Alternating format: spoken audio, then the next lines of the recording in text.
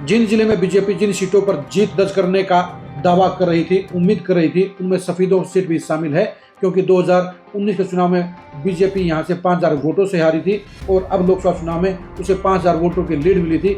ऐसे में बीजेपी के लिए स्ट्रॉन्ग और संभावना वाली सीट मानी जा रही थी, लेकिन बीजेपी की प्रत्याशियों की पहली सूची ने ही ऐसा काम कर दिया है कि ये सीट बीजेपी के खाते से निकल गई है और यहाँ पर कांग्रेस की जीत का दोबारा से दरवाजा खुल गया है। सफीदों सीट पर ऐसा क्या हुआ है, ये जानने के लिए आप आज की इस खरी खबर को जरूर देखिए।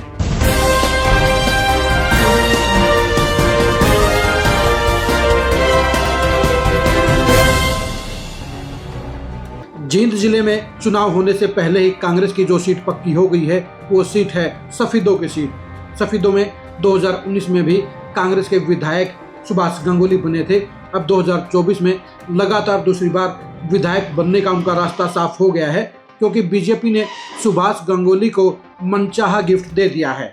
सुभाष गंगोली इस बार कांटे की टक्कर से बचना चाह रहे थे और वो चाह रहे थे कि बीजेपी कोई कमजोर प्रत्याशी उतारे, क्योंकि 2019 के चुनाव में भी कांटे के मुकाबले में सुभाष गंगोली जीते थे। इस बार लोकसभा चुनाव में भी यहाँ बीजेपी की लीड लगभग 5000 वोटों की रही, जिसके चलते कहीं न कहीं चिंता की लकीरें सुभाष गंगोली के चेहरे पर थी और वो उससे निकलने के लिए पसीना बहाने का काम कर रहे थे, अपने वोट बैंक को बढ़ाने का काम कर रहे थे। लेकिन बीजेपी की लिस्ट ने सुभाष गंगोली की सारी चिंताओं को दूर कर दिया है, उन्हें बेफिक्र कर दिया है, क्योंकि बीजेपी ने आत्मघाती फैसला लेते हुए उनकी जीत का रास्ता साफ कर दिया है। बीजेपी ने रामकुमार गौतम को सफीदों सीट से प्रत्याशी बनाकर सुभाष गंगोली के लिए रास्ता साफ कर दिया है, क्योंकि सफीदों के बीजेपी के सभी नेताओं ने साफ तौर पर 3 दिन पहले ही कह दिया था कि अगर किसी बाहरी नेता को टिकट दी गई तो वो उसका विरोध करेंगे और उसके साथ में काम नहीं करेंगे। यानी बीजेपी की पूरी सफीदों इकाई रामकुमार गौतम को टिकट देने के बिल्कुल खिलाफ है और इसलिए अब रामकुमार गौतम के लिए सफीदों की सीट का चुनाव किसी भी तरह से मजबूत नहीं हो पाएगा। रामकुमार गौतम किसी भी सूरत में सफीदों सीट पर मुकाबले में नहीं आ पाएंगे। सफीदों बीजेपी के नेताओं और वर्करों ने मीटिंग करके साफ तौर पर कह दिया था कि अगर बाहरी प्रत्याशी आया तो फिर 2014 जैसा परिणाम आएगा। हम आपको बता दें कि 2014 के चुनाव में भी बीजेपी ने बाहरी प्रत्याशी वंदना शर्मा को चुनाव लड़ाने का काम किया था। वंदना शर्मा पूर्व केंद्रीय मंत्री सुषमा स्वराज की बहन थी, एक बड़ा नाम भी थी, लेकिन बाहरी प्रत्याशी होने के कारण बीजेपी के नेताओं वर्करों के अलावा सफीदों की जनता ने भी उन्हें नकार दिया था, वो चुनाव हार गई थी। अब रामकुमार गौतम भी बाहरी प्रत्याशी हैं और नांदौल से विधायक हैं और उन्हें 4 दिन पहले बीजेपी ज्वाइन करने के बाद अब सफीदों से टिकट दे दिया गया है। सफीदों की हवा बता रही है, सफीदों में बीजेपी के नेताओं और वर्करों के जज्बात बता रहे हैं कि वो रामकुमार गौतम को बिल्कुल भी सपोर्ट नहीं करेंगे, जिसके चलते रामकुमार गौतम के लिए अपना चुनाव चलाना बेहद मुश्किल होगा उन्हें, क्योंकि वर्करों की सपोर्ट नहीं मिलेगी, उन्हें नेताओं का सहयोग नहीं मिलेगा और उन्हें जनता की रिस्पॉन्स में भी कमी रहेगी।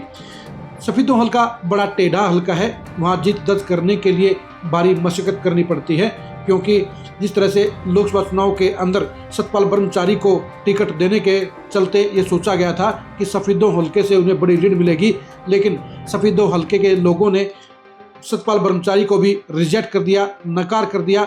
अपने हल्के का प्रत्याशी होने के बावजूद वो 5000 वोटों से बीजेपी के प्रत्याशी से हार गए।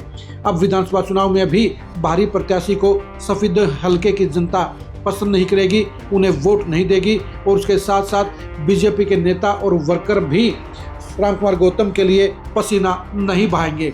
यानी बीजेपी ने एक मजबूत सीट को कमज़ोर कर दिया है। इसके साथ साथ बड़ी बात यह भी है कि 2019 में बीजेपी की टिकट पर चुनाव लड़ने वाले बच्चन सिंह आर्य ने भी बगावत करते हुए इंडिपेंडेंट चुनाव लड़ने का ऐलान कर दिया है। यानी अब बीजेपी का वोट बैंक 2 जगह बट जाएगा। बच्चन सिंह आर्य का अपना मजबूत वोट बैंक है, अगर वो निर्दलीय चुनाव लड़ेंगे तो उन हालात में बीजेपी वहां पर नंबर 3 पर चली जाएगी।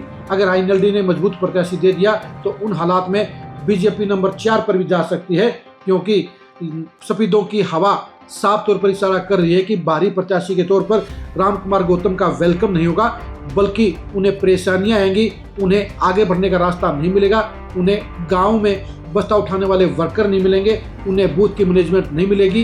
यानी रामकुमार गौतम एक ऐसे समुद्र में कूद गए हैं जहां से निकलने के लिए कोई रास्ता, कोई पतवार, कोई किश्ती उन्हें नहीं मिलेगी।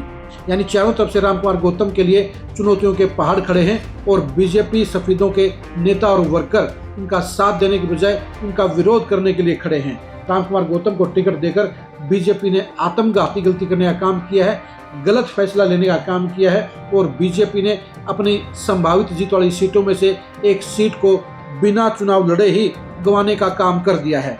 बीजेपी के लिए रास्ता बिल्कुल आसान नहीं होगा, लेकिन सुभाष गांगुली के लिए रामकुमार गौतम का टिकट लेकर आना मनचाहे गिफ्ट से कम नहीं है, क्योंकि सुभाष गांगुली जो चाह रहे थे बीजेपी ने वो कर दिया है। यानी सबसे कमजोर प्रत्याशी उनके सामने खड़ा कर दिया है।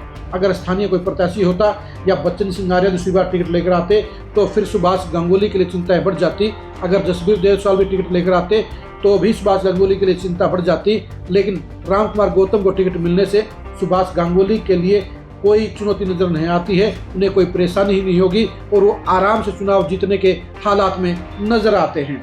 यानी बीजेपी हाईकमान ने सुभाष गांगुली का रास्ता साफ कर दिया है, उनके लिए मौज कर दी है और उनकी जीत का रास्ता भी सामने अपने आप खुद तैयार कर दिया है।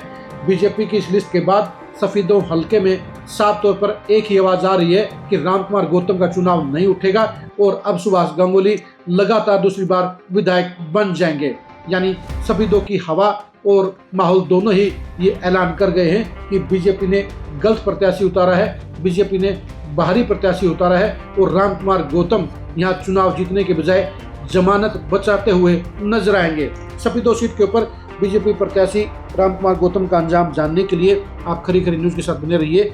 सफेदों सीट पर बीजेपी के सामने कांग्रेस के प्रत्याशी और विधायक सुभाष गांगुली के जीत के अंतर का अनुमान जानने के लिए भी आप खरी खरी न्यूज के साथ बने रहिए।